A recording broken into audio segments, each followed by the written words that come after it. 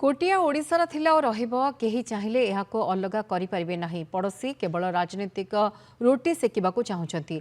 कोटिया लोक ओडिशा सह अछंती। डराइले कि धमकाइले ताहार प्रभाव पड़िबो नाही बोली आईन मंत्री पृथ्वीराज हरिचंदन कहचंती। अन्यपटे कोटिया रे पड़ोसी राज्यर हाकिमती दिनकू दिन बढ़िबा और राज्य सरकार चुप रहिबाकू नै बर्षिछंती विरोधी। बीजेडी कहिछि सरकार कथारे कहिले चलिबो नाही, समस्यार समाधान करंतु। कांग्रेस मध्य कोटिया प्रसंग रे राज्य सरकार को ऊपर बर्षिछि। कोटिया समस्या होची एक राज्य राज्यर अंतरराज्य समस्या।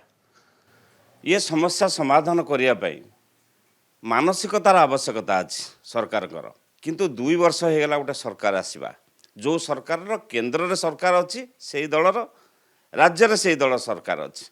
ओडिशावासी आशा करथिले ये डबल इंजिन सरकार रे ये समस्या समाधान होबार प्रकोष्ठ समय और क्षेत्र किंतु कौन सी कथा एपर्यंत है ना, कौन सी ठोस पदक्षेप एपर्यंत बीजेपी दल तरफ नेले नहीं।